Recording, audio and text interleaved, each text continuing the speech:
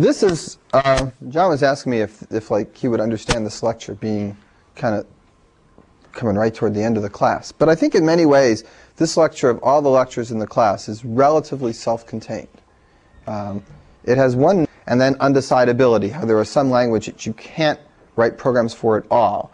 And we talked after that about reductions, about saying, okay, if this problem's really, really, really hard, and you can't decide it at all, then this problem would also be really, really hard, because I'm going to show you that if you could solve this second one, it would show a solution for this first one.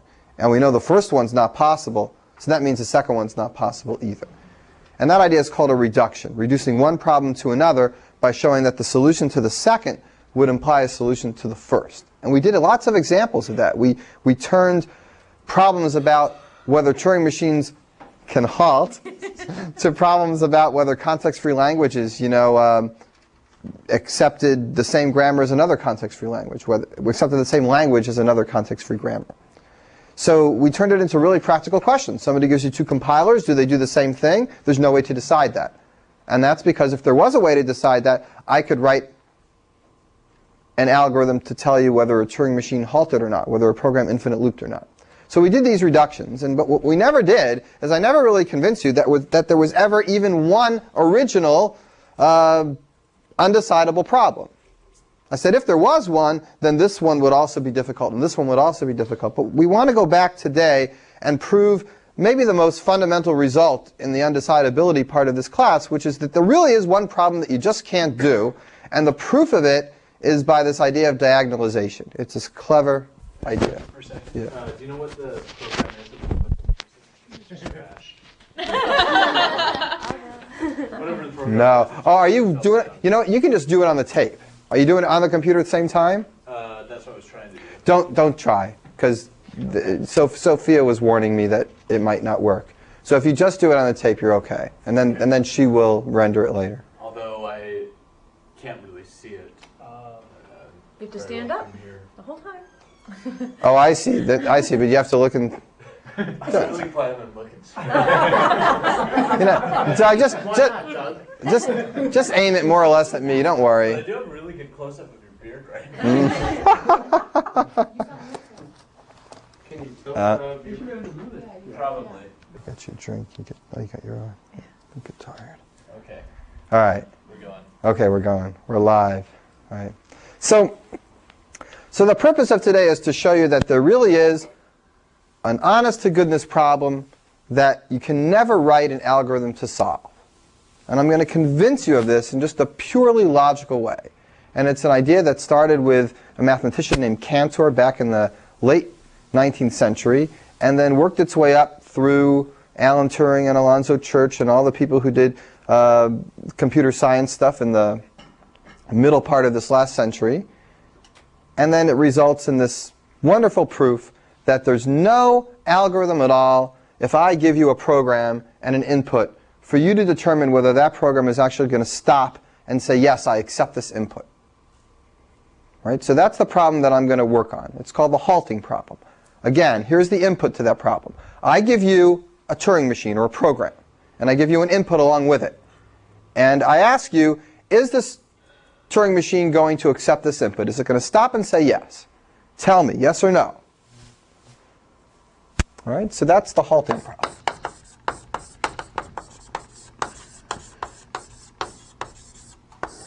The input is some Turing machine and a string that it's supposed to run on.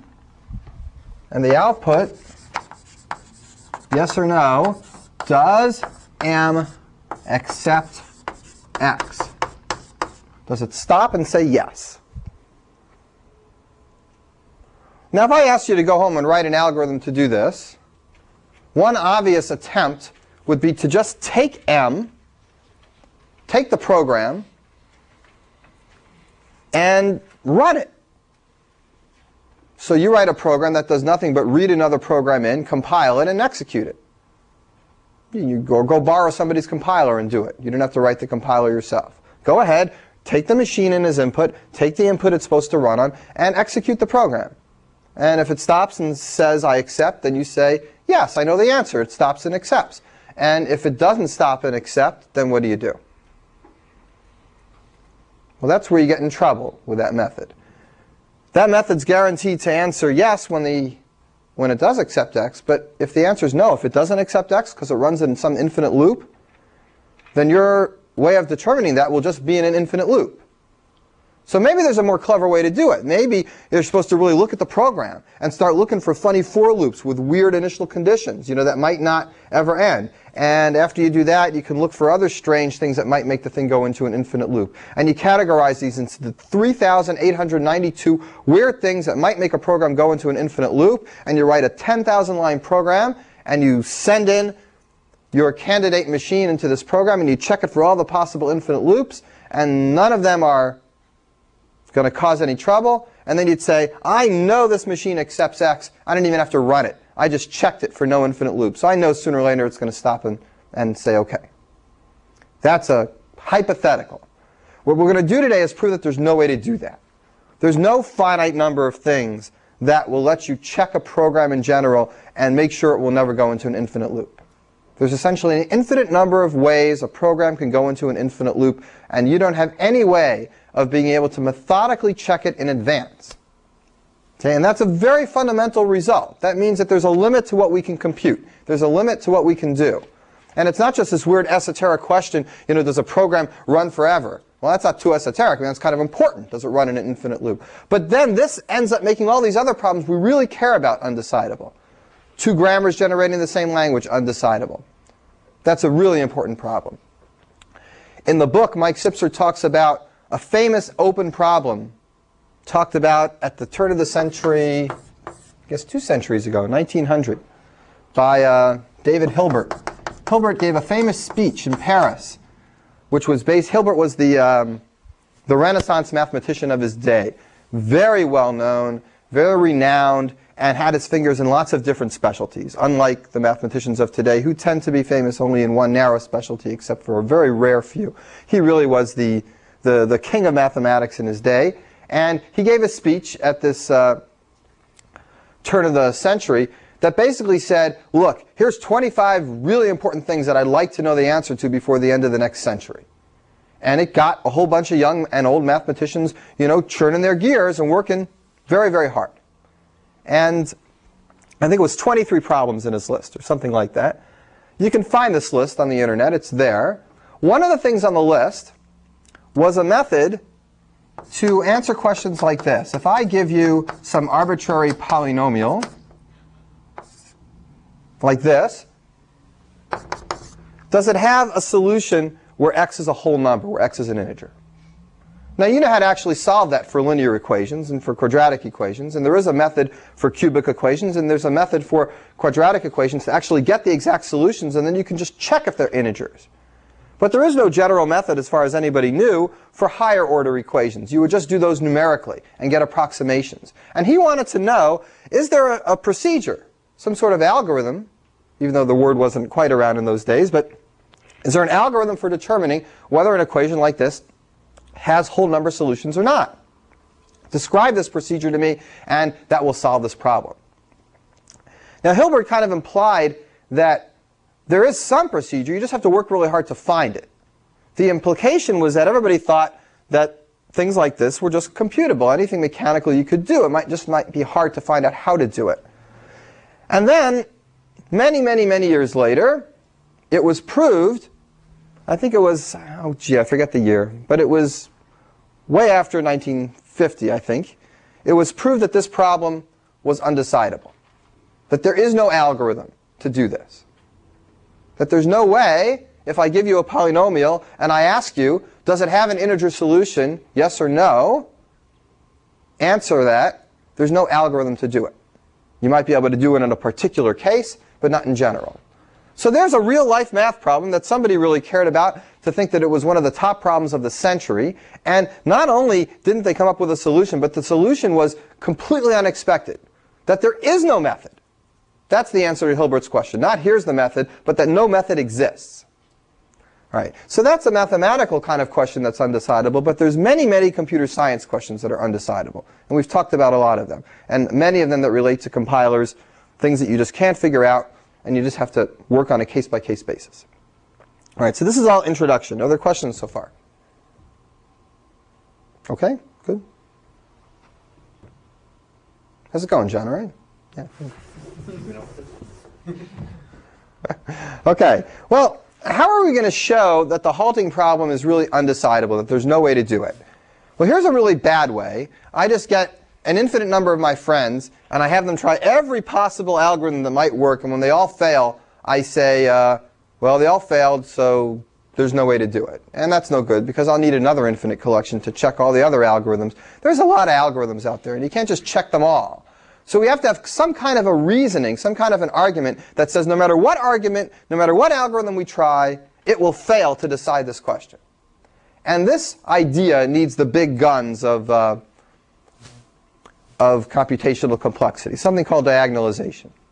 And I showed you this idea before in a simpler setting, and I'm going to show it to you again in a simpler setting, and then we're going to go back to this setting and use it.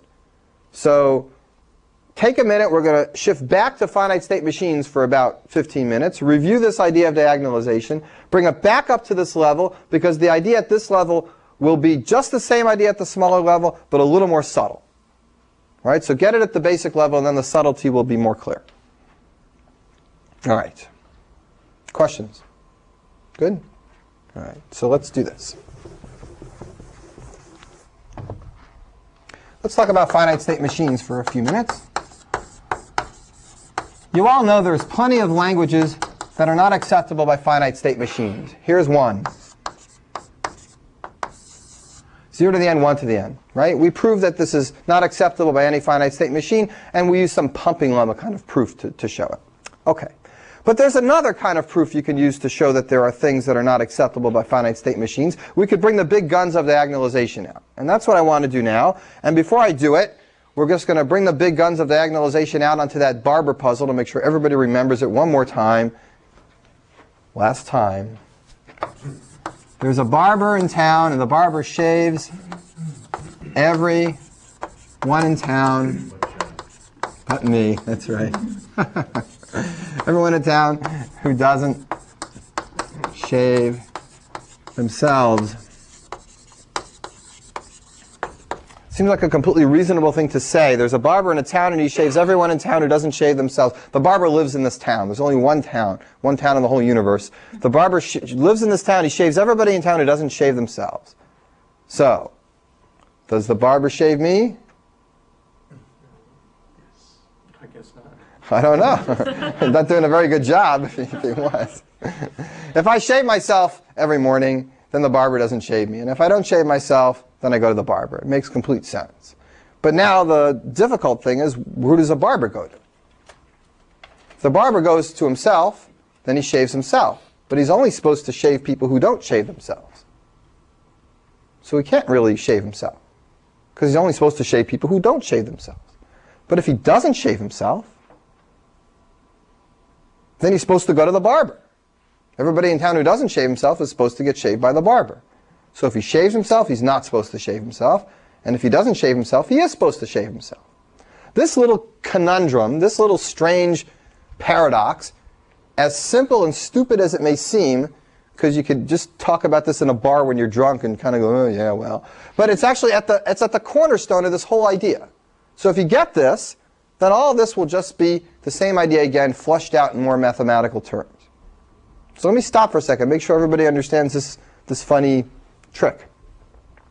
Is there any way to fix this problem about the barber? Move the barber out of town. Move the barber out of town. Right, right. That's a really, really, really good idea. It's an excellent idea. Right, let's move the barber out of town. The barber lives in finite state machine land right now, and we get this funny contradiction. So let's move the barber out to Turing machine land. Here's our barber. He lives out here.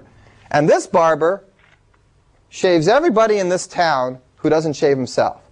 No contradiction at all. If you shave yourself in this town, then you don't go to the barber. If you don't shave yourself, you go to the barber. And when you go, you got to go through the border and make your way out to Turing machine land. Then you come back and you're nice and cleanly shaved. But there's no issue about what happens, does the barber shave himself or not?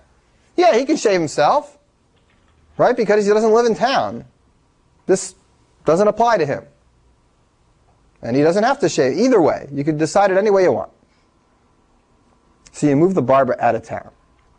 All right, now let's shift over to this analogy with a picture of finite state machines and Turing machines. Instead of barbers shaving themselves, we'll have finite state machines that are accepting strings. Accepting strings is going to be like the shaving, and the barber or the people are going to be like the machines. Okay, that's the analogy.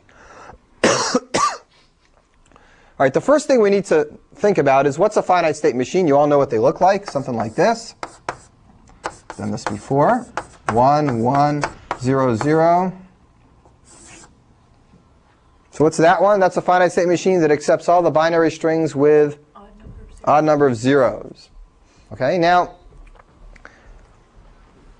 before we talk about all these machines that live in here and whether, you know, something's going to accept them or not, we need a way of encoding these machines as binary strings so we can send them as input into other finite state machines that might decide something about them. So we talked about this once, and there was a way we used to encode this string. I think we started with zeros, and we counted how many states there were, right? So we had 2 states, that was 2 zeros.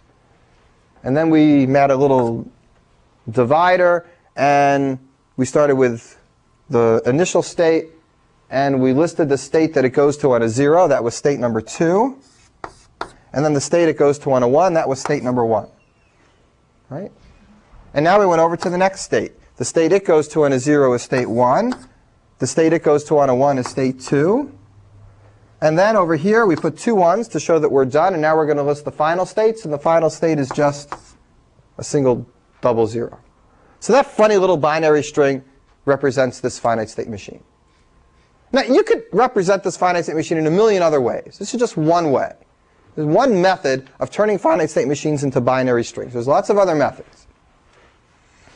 Okay, and if you buy this, fine, and if not, let's just say this string represents this finite state machine, regardless of how we came up with it. But now the point is that this finite state machine can start churning on itself.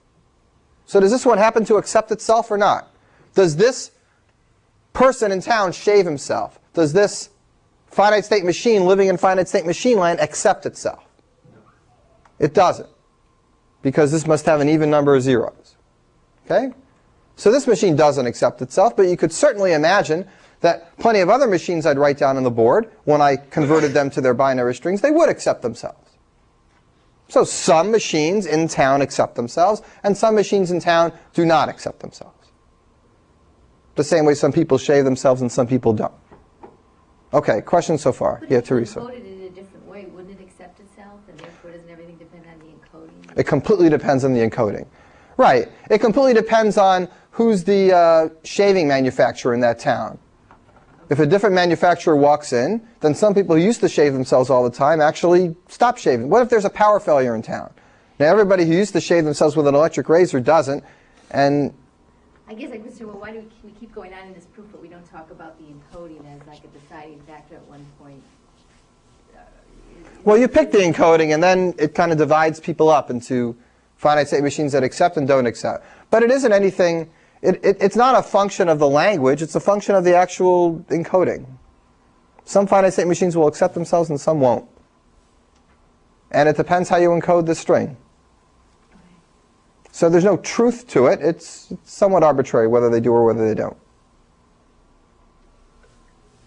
Is that what you're wondering about? Is it just arbitrary? It is. It's arbitrary whether they do or whether they don't. No, yeah, But it's consistently arbitrary. I mean, they will all either accept themselves or not accept themselves according to this one encoding scheme. You can't encode each one differently because that wouldn't make any I guess sense. I feel like if we're doing proof, then we should have like a list over there of all these assumptions that we made, like, well, encoding is decisive.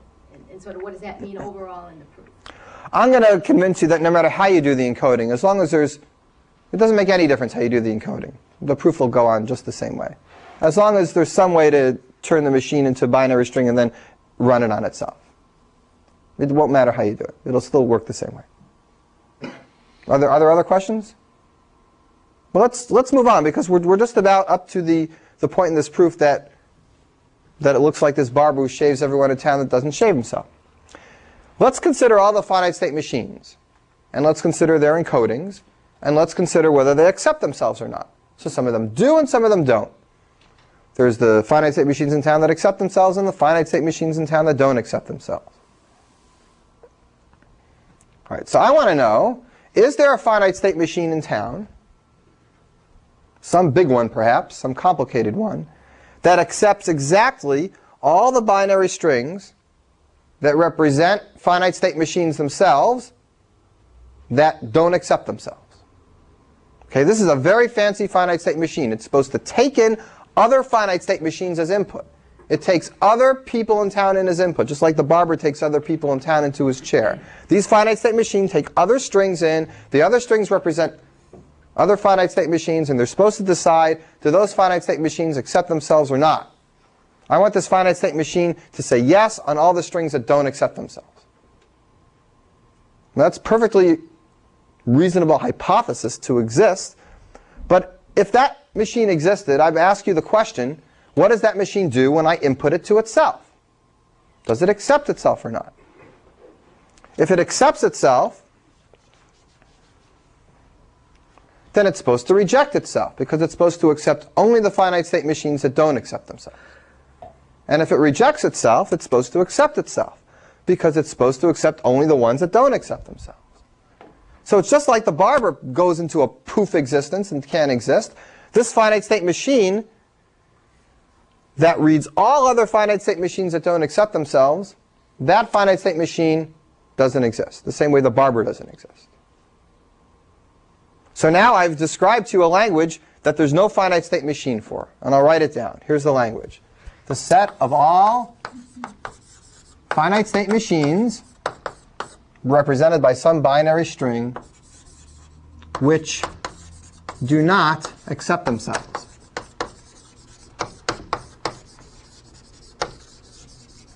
The set of all people in town who don't shave themselves. There's no barber who shaves all those people. There's no finite state machine who accepts all these finite state machines. It's the same paradox, the same conundrum. So here's the language. All the binary strings representing finite state machines that don't accept themselves, that language has no finite state machine for it. And the proof is just by this logical twist. So let me stop for a second. Teresa, you don't buy it, huh? Seems confusing, huh? It's like you're setting up a straw man. You know, there's this uncoding thing out there that's sort of, I don't know what to do with. And so it's like the barber. Well, we'll move him out of town, and now it's not a problem anymore. I mean, that's like... Well, we're going to move this guy out of town, and it won't be a problem anymore. Okay, I guess... We'll do that soon. But you know, you do the encoding. Encode it any way you like. And you're going to account for both cases, whether it accepts it. I already did. I mean, it just... You already have. Yeah, I mean... I just need to see where that is. Yeah, there's nothing that depends on this encoding. I mean, some of the machines accept themselves and some don't, but there's... Separating them. Right, you're just separating them into two parts. Yeah. Okay, let's do a little bit, maybe a little visual version of this.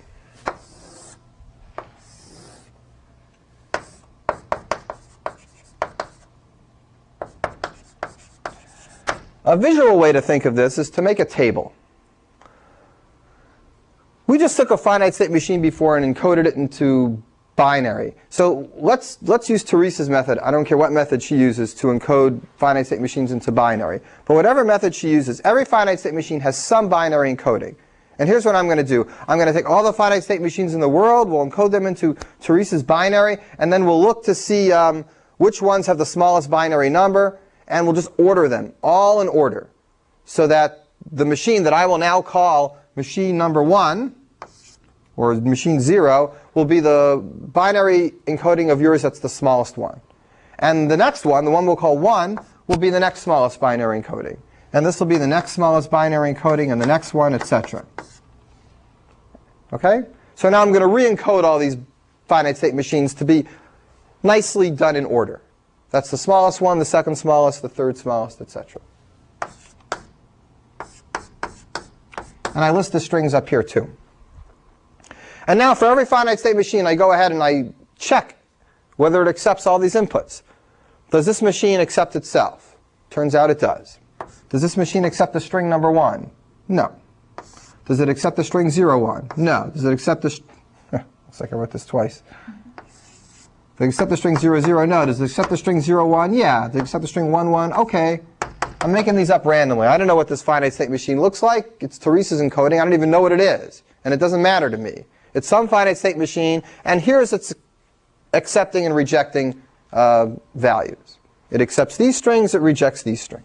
And it goes on forever, accepting and rejecting. And every one of these finite state machines has its own little set of acceptances and rejections. Right? You can just run through every single input and check.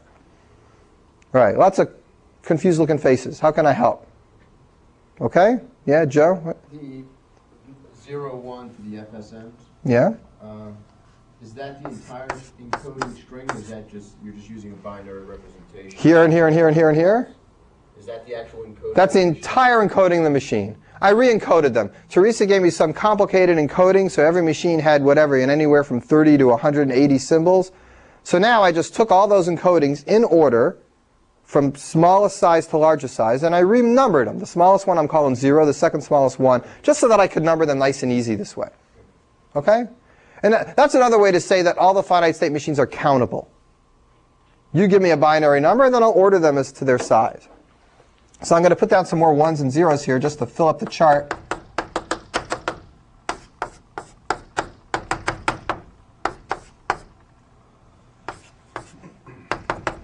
Okay, and this chart goes on forever. Now, this language we talked about, the set of all finite state machines which do not accept themselves, you can figure out what this language looks like from this chart. Here's a finite state machine. Does it accept itself? It does. Here's a finite state machine. Does it accept itself? It doesn't. I'm going to circle that one. So the finite state machine labeled 1 is a string in this set, a finite state machine that doesn't accept itself. Where's the next one that doesn't? 1, 0, 0, right? I think that one doesn't. Oh. Well, if you assume that it's an order. Did I not? Did I? Oh, because I missed you. They're all messed up? That doesn't help? Let me get it right. 0, 1, 0, 0, 0, 1, 1, 0, 1, 1. You need 0, 1 on the FSM. Jeez. Can't count in binary, huh? Let me just do it right and count it right in binary. 0, 1, 0, 0, 0. Thank you. 0, 1, 1, 0, 1, 1. There we go. All right. Oh, it's just this side that was off. All right. Now we're set. Bye-bye, eraser. All right. So this one doesn't accept itself. What else? This one doesn't. And there might be a lot more. All the strings that have zeros on the diagonal are going to be finite state machines that don't accept themselves. And I want to consider all those strings as a language. So here's what it would look like. It would be 1. It would be 1, 0. And it would be a whole bunch of others. I don't know what they are. I'd have to go down and look. So the set of all these zeros that appear on the diagonal, if I listed them in a big set, that's exactly the set of strings that I guarantee to you have no finite state machine that exists. And it's because of this funny question about what happens to this machine when you run it on itself. So let's see what that question does in terms of this diagram. Let's say Teresa doesn't believe this, and she says, I think there might be a finite state machine that accepts this. So I go, well, where is it? And she says, I don't know, it's down here at the 52nd, entry. Or the 3000th entry. So it's someplace in this chart. So the question is, what happens to this machine when you run it on itself? Go all the way to the diagonal, and a question mark, what's in that spot? Is it a 1 or a 0? If it's a 1, that means it accepts itself. Then what? Is it going to be in the set? Then it shouldn't be, right?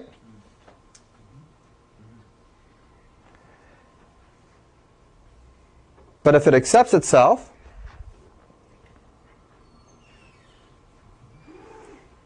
if it's really in this set, it's not supposed to be in the set. And if it's not in the set, it's supposed to be in the set. Let's see. The things in the set are all the things with zeros down here. Right? So is this 52 character going to be here or not? I want you guys to think about this, because I've said it, a dozen times in and out, and I want somehow to figure a different way to say it that can help. All these strings are the ones whose diagonal values were zeros. Right? And this is a set of all of those. So what's the paradox about that? The paradox is that if this collection was actually somewhere in this row, if there was a finite state machine to do this collection, then there's going to be ones exactly underneath all these guys. There's going to be a 1 underneath a 1. There's going to be a 1 underneath the 1, 0. What's there going to be underneath the 52 here? If there was a 1 there, then there was supposed to be a 0, right? There's only 1s underneath the spots that were zeros. Only 1s underneath the spots that you didn't accept yourself. So if there was a 1 in this spot, it's supposed to be a 0. But if there was a 0 in this spot, you were supposed to include it in this list, in which case you're supposed to put a 1 there. There's nothing you can put in this spot that makes sense. If you put a 1 in, it's supposed to be 0. If you put a 0, it's supposed to be 1. And it's the same thing as the barber who shaves everybody in town who doesn't shave himself.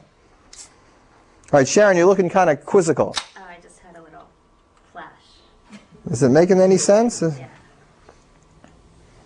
All right, well, this idea is worth understanding at this level, because the next level is very, very similar, but with a teeny little twist. And you really need to get it down here, I think, before you can see it at the next level. It's not too much harder at the next level. It's a teeny bit. So questions about this right now. Here's what we've done. We've proved that there's a set, namely the set of the finite state machines that don't accept themselves. That set has no finite state machine. That set does not exist in this list. You can't find it. It's a pretty wild way of coming up with a language that doesn't have a finite state machine, but there it is. All right. Let me stop. Questions last time. So does this mean that there are more languages than FSMs? Oh, yeah. Right. The FSMs are countable. You can list them. Teresa listed them, and then we ordered them. And the languages are the same as the real numbers. They're essentially, every language is an infinite string of zeros and ones. So you can make a one-to-one correspondence, more or less, between languages and real numbers. So yes, languages are uncountable, and programs and finite state machines are countable. Therefore, there's got to be at least one that there's no machine for. And this is the particular one that there is no machine for. Right. Yes, absolutely. What you said is right. All right, let's do the next step. Let's take this barber and, like Donna said, throw him out of town. Bye-bye. What does that correspond to in this analogy? The paradox here was that we assumed there was a finite state machine that accepted all the other finite state machines that don't accept themselves. And we got a paradox. That was troublesome. There is no such finite state machine. We get a contradiction. But maybe there's somebody smarter outside of town that can do it. Maybe there's a Turing machine that can do it. Not even maybe. Go home and write one. Go home and write a program that will accept exactly the finite state machines that don't accept themselves. You should be able to do that. Go home and write a program. I'll give you the finite state machine. I'll give you the input, namely itself. You run the machine on itself, and you tell me, does it accept itself or not? Yes or no? It's completely doable. You could do it tonight. It would take you not too long. It would take you about an hour. Even if you forgot how to use Scheme, it would take you an hour. You could write a Turing machine to solve this problem. That doesn't cause any contradiction. The reason it doesn't is the same reason as when you move the barber out of town, there's no contradiction. Because you don't expect the barber to either shave himself or not shave himself. He's not in the criterion anymore. There can be a Turing machine that decides all these questions, and the question of what happens in the diagonal is not a contradiction, because we don't care whether that Turing machine accepts itself or not. That Turing machine is not under consideration here. We're just saying that Turing machine is smart enough to know the answer for all the finite state machines. He might not know the answer for himself. He's not a finite state machine. He doesn't get included in the criteria. Right? So if he's included there, fine. If he's not, fine. Either way, it's okay. So if you move that guy out of town, there's no problem. And in fact, you can do it. And there is a way to decide all these things. There's no finite state machine that decides it, but there's certainly a Turing machine or a program that decides it. So this is not hard to decide, just that a finite state machine is too stupid to do it. It's too self-referential. All right, questions about that? Well, there are things that Turing machines can't do. And what's going to cause us trouble is we sent the Turing machine out of town. The barber went out of town, became a Turing machine. So now what we're going to do is open up the gates here, you know. Everybody can live wherever they want. And now let's talk about the Turing machine that shaves everybody in town that doesn't shave himself. And that Turing machine is not going to be around. That Turing machine is going to go poof into oblivion. But here there's a real strange subtlety. And the subtlety will come up in making this diagram. And there's a little bit of a subtlety, and that's why I want to make sure you get this diagram without the subtlety. The thing about this diagram is that we can really fill it out. Give me a finite state machine, give me an input, I can tell you 1, 0, 1, 0. I can just execute it and tell you what happens. And I could do it for every single one, and I get this funny contradiction. If we try to do the same trick for Turing machines, something happens along the way and we have to kind of zigzag and do a tricky logic trick. But when we're all done, the same result will occur. The Turing machine that accepts all other Turing machines that don't accept themselves, that doesn't exist at all. And it's going to imply that the halting problem is undecidable. So that's where we're heading. And we're going to start that in 30 seconds. Are there questions about this? Yeah? Can you have a meaningful machine which has a totally random response to whether it accepts itself or not? It's a really good question. I'm hesitating not because Digression. it's a good question. It's not even a digression. A Turing machine, as it's defined, is like a program in the sense that there is no randomness to what it does.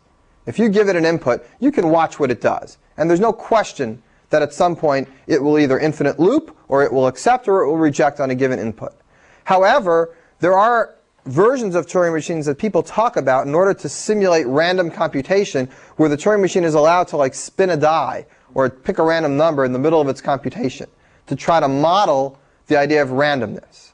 And we're not talking about those Turing machines at all here. And that is a long digression and a very interesting topic. But here we're assuming that every Turing machine is deterministic in the sense that you know what it's going to do at every step. Okay. Other questions? Okay, let's move on to the next step then. We move from barbers to finite state machines, and now we're moving up to Turing machines.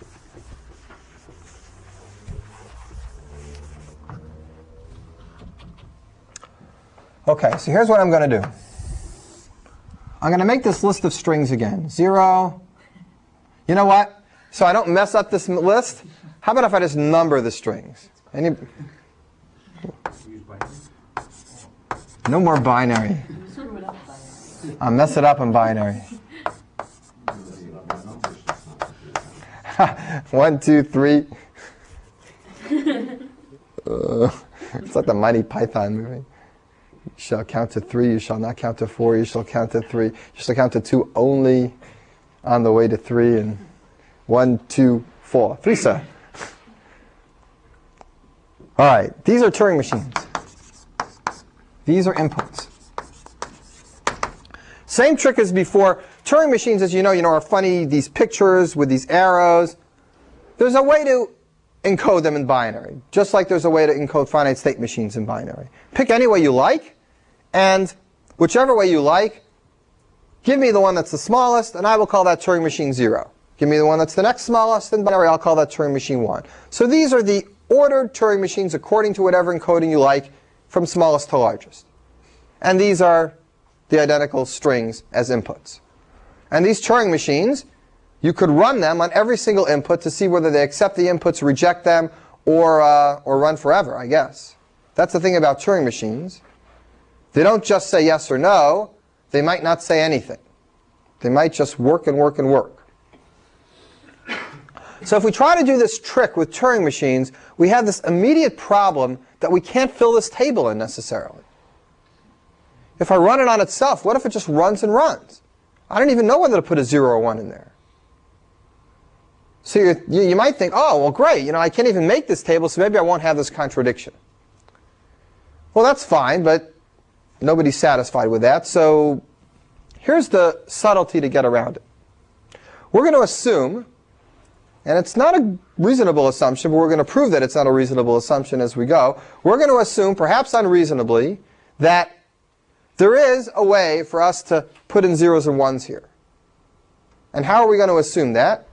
By assuming that there's some program somewhere where if I give it a Turing machine and I give it an input, it tells me whether that Turing machine accepts that input. I've got a magic halting machine tester. So here's my magic halting algorithm. I'm assuming it exists. It doesn't really.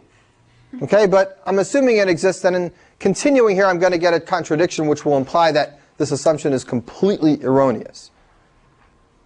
But I can't prove that it's erroneous until I actually make the assumption and get you some weird contradiction. The weird contradiction is going to be the barber. And then I'm going to back up, and the only assumption I will have made that's questionable will be this one, that this exists. So let me tell you what this is that exists. The magic halting algorithm. I give it a Turing machine and a string. I give it a Turing machine and a string. It tells me, it outputs, does M accept X? It tells me yes or no. Does M accept X? If it tells me yes, I know the answer is yes, it accepts X. If it tells me no, I know that either it rejects it or it infinite loops. I don't care which one, I know it doesn't accept it. It's going to tell me yes or no if I give it an M and an X. And if I got something like this, then I can fill in this table. Keep in mind that we did have something like this for finite state machines. There, it's not magic. There is a halting algorithm for finite state machines. You can write it yourself. Put in a finite state machine M. Does M accept a string X? Yeah, go check. It's just that we don't have that necessarily for programs. Nobody knows how to do it. So let's assume we do have it. I'm going to show you we got a weird contradiction. So let's fill this table in. It's got 0s and 1s just like before.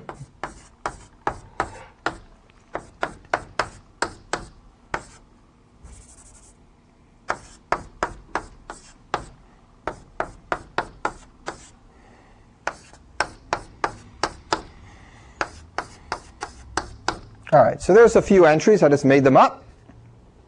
Representing whether Turing machine labeled this number accepts a string labeled this number. You can also see if these machines accept themselves. 0, 0 accepts itself.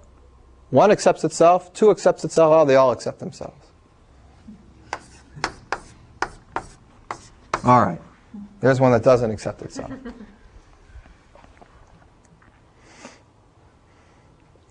Well, fine. All right, now I can fill this table in. And just like before, I am now going to come up with a set that can't possibly exist. And what is that set? I know I've made an assumption in order to do this. We'll go back and fix that assumption in a minute. But what's the set that can exist, assuming I have this diagram? The set of all things with 0s in the diagonal, or the set of all Turing machines that do not accept themselves. That means either they reject themselves or they infinite loop. That's a set that doesn't exist. Just like it didn't in the other two cases, just like the barber didn't exist. Yeah, Joe? How do you know that the input 0, right, string length 0, is the same string that's generated by the Turing machine 0 when you encode it? Right? That's how you know it doesn't accept itself, because that string 0 has to be the encoding of the Turing machine 0 so that they match up and give you either a 1 or a 0 in that diagonalization. Is that right? I'm not sure what you mean exactly. These numbers represent Turing machines. Right. So this is some Turing machine. I don't know what it is. Maybe it's the one that accepts 0 to the n, 1 to the n, 0 to the n. Okay. And this is the string 0. So if this Turing machine really is the one that accepts 0 to the n, 1 to the n, 0 to the n, then there would be a 0 here. It doesn't accept 0. Right. And it doesn't accept 1. And it doesn't accept 1, 0. It wouldn't be up until like 1, 0, 1 until you'd actually get an acceptance there. Does that? Okay, that's okay. Does that help? Assuming that's correct then. 0, you would have it. How do you know that it doesn't accept itself though if it's from the input string? Because you're looking at the diagonalization. How do I know what doesn't accept You're itself? saying a Turing machine doesn't accept itself. Some of them do, some of them don't. Right. Right. I just run it on the encoding that represents it, and I see whether it accepts itself or not. But that encoding wouldn't necessarily be Wouldn't in the line up. same spot. Okay, the encoding for the Turing machine 0, right, is some 10-character string. No, it's just 0. I re-encoded them. Teresa made her own encoding, and I relabeled them all. So now they have a new encoding in order, so I could just list them in order and not miss any. So let's say originally this was encoded with a number that was 36. Maybe these were the original encodings: 36, 42, 53, 98. So rather than list these and have to deal with all the gaps that might have appeared, I just say, well, let me take Teresa's encoding and redo it. So now that the one that was the smallest I call 0. I just re-encoded them all. If you want to figure out which one it is, you can just go look it up. So how do you know? You just know. I mean, I just defined it that way. 0 is that Turing I machine. know, but in order to take string 36, It's not string 36. This is string 0 now. I understand That Turing machine's not 36 Fine. anymore. I think what Joe's trying to confirm is that you're defining the input 0 is now equivalent to your encoding for Turing machine 0. They're exactly the same. Yeah. Okay. They're I think that's all. okay. Well, Heather understands the question completely. Yeah, so yes, they're exactly the same. This Turing machine looks like a 0, and it's looking at a 0. This Turing machine looks like a 1, and it's looking at a 1. Yeah, they're the same. They're exactly the same.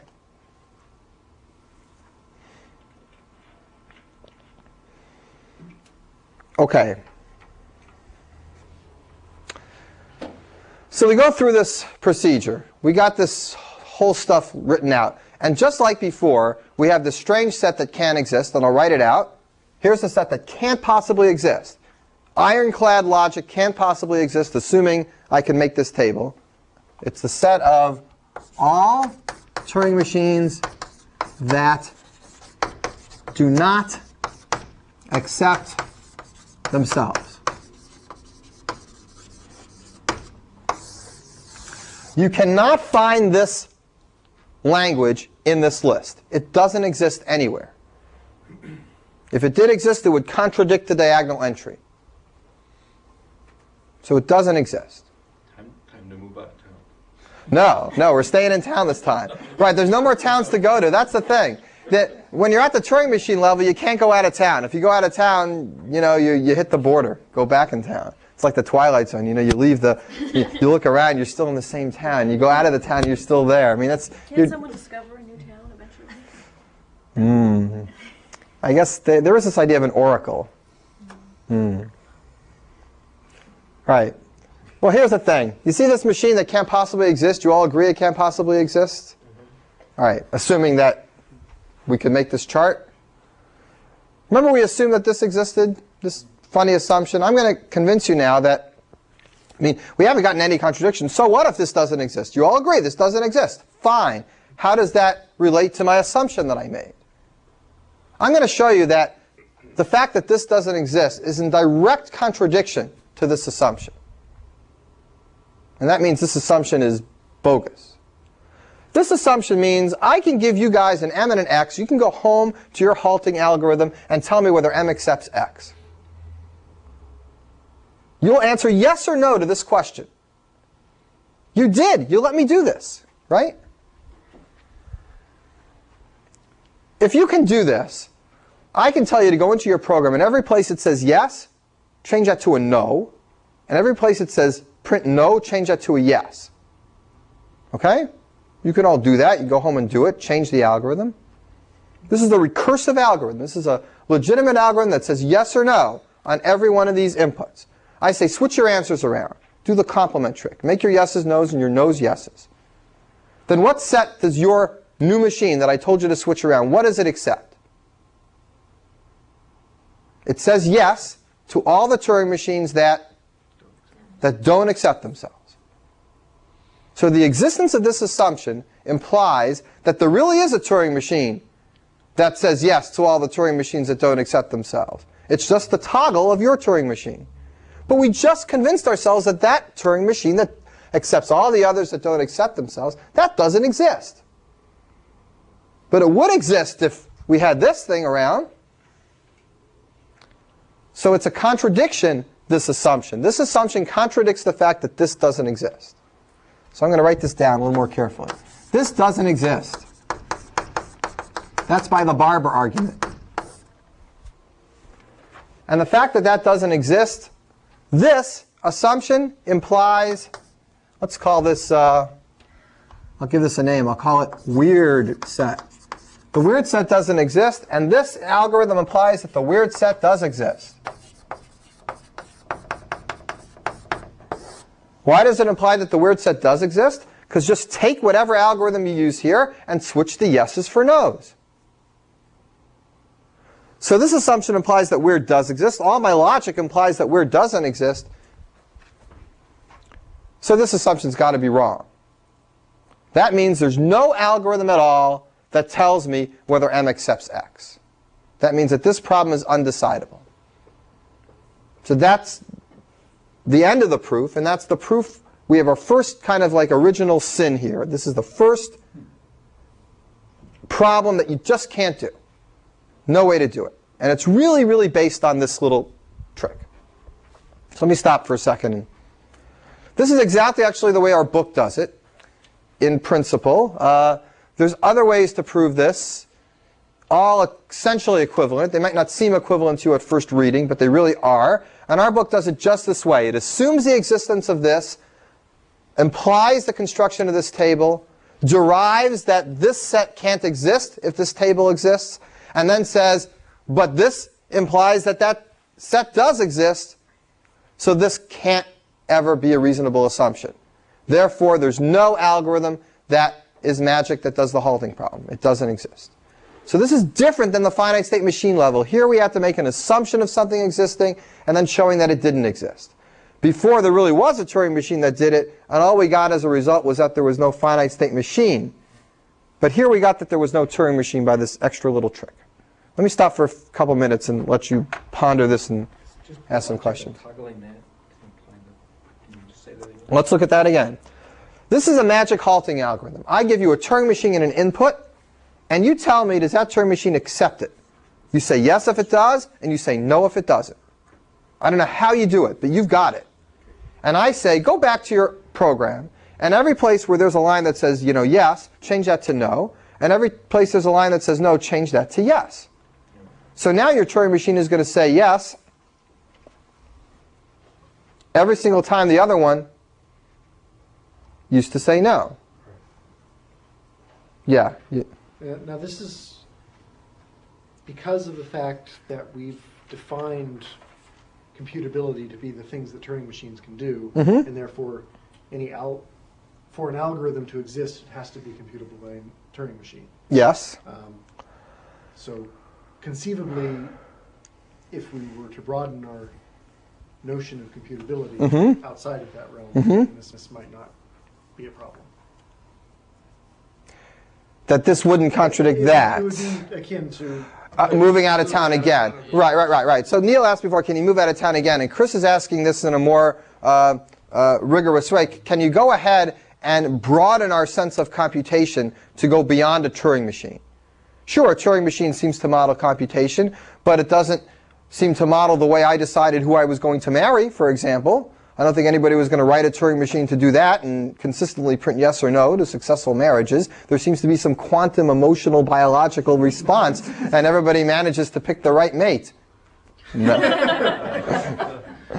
The point is, it is possible that there are levels of computation above Turing machines. There can be quantum computers, perhaps. There could certainly be computers that work on some randomness or some kind of level that's beyond the deterministic, step-by-step mechanistic level that we assume Turing machines are. And if that was the case, then it is possible that one of those computers could really answer this question and then wouldn't have an issue with contradicting itself because it wouldn't be in the group under consideration. That's possible. Yeah. Which, of course, just expands the problem. It just expands the problem to the next level, right? Yeah, I guess that's my next question. Is there any hope ever? No, there's no hope. No, there's no hope. No, we fundamentally cannot compute things, period. You come up with your model of computation, and there will be questions about that model that model is not powerful enough to compute. It's always the case. That's what diagonalization says. It says that these machines are not smart enough to be completely self-aware. And that's just the way it is. And any machine that we could construct that is completely aware about the Wouldn't be aware about its own members completely. Right. Right. And I think we're just computers, and we count too. We're also not completely self-aware. It goes the same way. But not everybody thinks so. Or do I?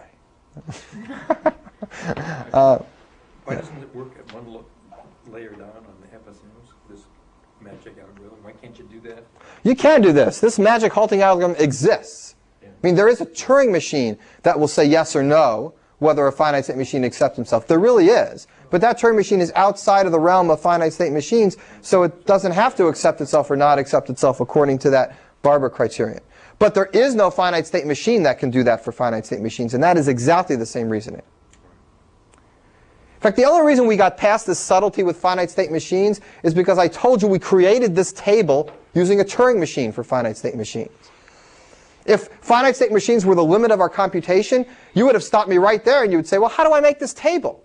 Finite state machines can't make that table. Or can they? And at that point, the argument would have been identical to what we just did here. The only reason the argument is a little different is because we get to the frontier of what we think is computation. And the question of just coming up with this table is the same as the question that we're trying to show can't be done. So you get this kind of backhanded proof. Yeah, Joe? Why can't you move the machine inside the finite state machine? Make it a finite state machine to read all Turing machines, since it's like a separate town. It's inside. You mean the Turing machine that accepts finite state machines that don't accept themselves? Why don't I move it inside the town? The Turing machine that accepts all Turing machines that don't accept themselves. Well, there isn't any Turing machine that does it. Right. But I mean, if you Yeah. moved it to the finite state machine level. But all finite state machines are also Turing machines.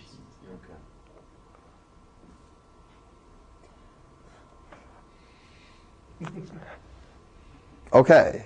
I'm not sure I understand the question or the answer, but I know there was communication. It's my happiest moment as a teacher, when two people seem to communicate, understand the material better than before, and I have no idea why. That's the way. Good. Whew. All right. More questions about this? So does this correspond to the fact that any mathematical axiomatic theory, there will be questions which you can't answer? It's very similar. It's not exactly the same proof, and the proof for that is different, but the notion behind it is similar, and it's for the same reason. Yes. It's very similar. Which proof came first? The one that Sham just said, yes, that came first, I'm pretty sure. Yes.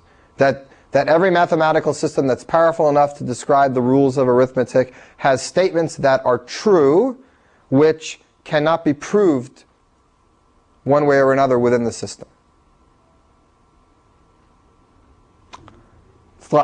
That is, look, if this is a little confusing, I think that's more confusing. I really think that that's harder to get. I don't know. I think it's harder. This is, maybe I just thought about this more. All right. There's a lot we did today, but there's also a lot we didn't do. Let me give you a little heads up on where we're going. We've been going for a while. I'm not going to do anything more complicated. I'm just going to tell you what we're going to do next time. We finally proved that we have a legitimate problem that's undecidable. If I give you a machine and a string, and I say, does that machine accept that string? No way to do it. No way.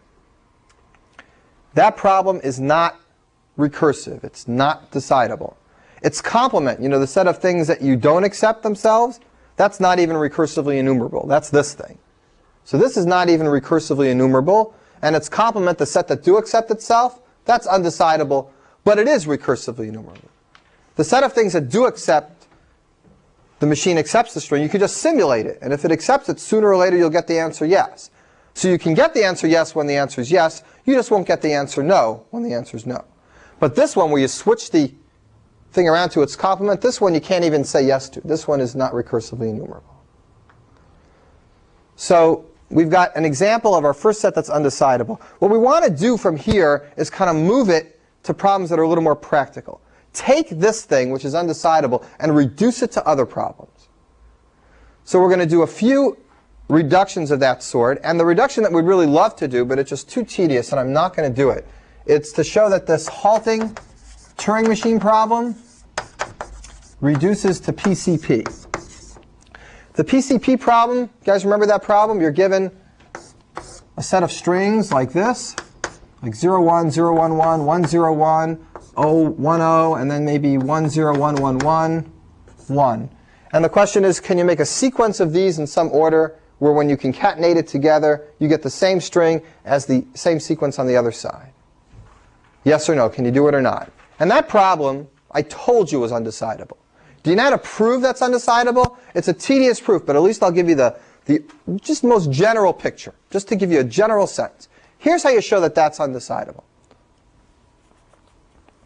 You show that if somebody could solve this problem in general, if somebody could take a long list of binary strings and tell you whether you could put them together in such a way so that the left side was the same as the right side, if somebody could do that, let's say you guys can do it. You know a way. It's a secret ADU PCP algorithm. It sits in the back of the room. If you knew a way, then I could figure out how to solve the halting problem. Well, how would I do that? Well, presumably, the halting problem gives me an M and an X, a machine and an input string.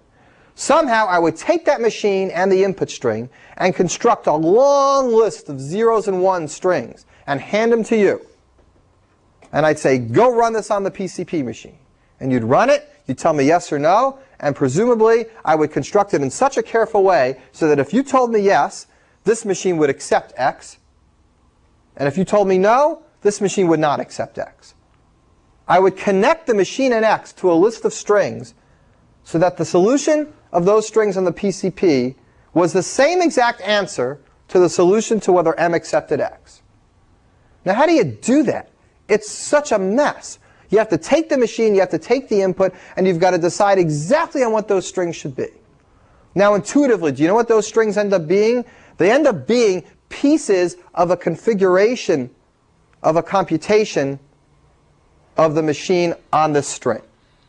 Remember what a configuration is? It's a picture of the machine. And then if you go to the next step, you get another configuration, another picture of the machine. If there's a way to connect those together, each string might represent a possible configuration. They can connect together if one can get to the other. If you can connect those together so that this side equals this side, then there turns out to be a way to get to an accepting state on this string using this machine. And if there's no way to do it, then there's no way. You really carefully make those strings to correspond to the machine and the string. Now the how and the details is a little gruesome. And it's described in very detail in the book. I mean, he really goes through it, gives you the big picture and the details. But I don't know, I just don't think it's really worth doing as a regular lecture. It's just tedious, and I don't think you'll get it sitting through it in a lecture. If you stared at it for 5 or 6 hours and then I went through it, you'd probably get it. But then you'd probably get it even if I wouldn't go through it. So I'm not sure how much going through this in a lecture really helps the details. So I'm not sure I want to do it. But maybe I'll do a little piece of it or something. There is this little stage.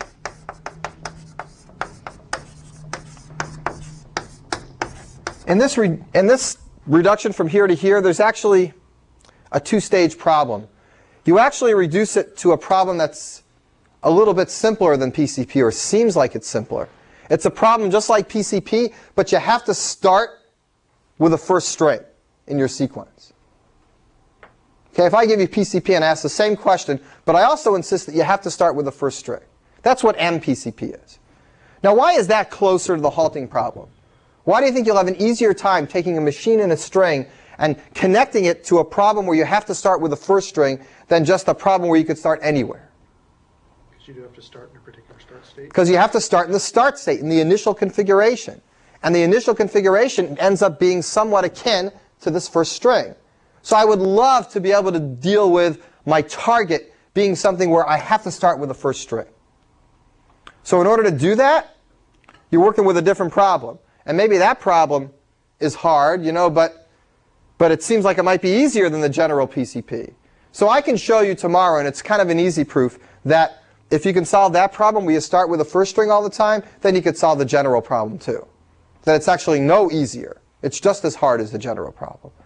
And that gives the author the ability to narrow his target to something more attainable. And that's really what the author does. So we can show this reduction. We can show the reductions from PCP to all the grammar questions. And we're also going to show reductions from this halting problem to all these other interesting things you'd like to know about Turing machines. Anything you want to know about Turing machine, forget it. Here's a Turing machine. Does it accept a regular language? In other words, is the language it accepts the same as some finite state machine? Yes or no? No way to decide. Here's a Turing machine. Does it accept absolutely nothing? Is its language empty? No way to decide. Does it accept everything? No way to decide. All those questions that are undecidable are reductions directly from the halting problem. If you could solve any of them, you could determine whether a machine halts on a given input. And I'm going to explain that connection. That connection is not obvious, and your brains are too full for one day to do it. But that's what we'll do yesterday. We'll talk about reduction. Yesterday? I'm losing it. Well, that's what we'll do tomorrow. We'll talk about reductions from the halting problem and from MPCP to PCP. When we're done with reductions, we're shifting over to computational complexity, talking about P, NP, P-space, and hierarchies of how long it takes to really do things that you can do. No more stuff about things you can't do after that. All right, let's quit.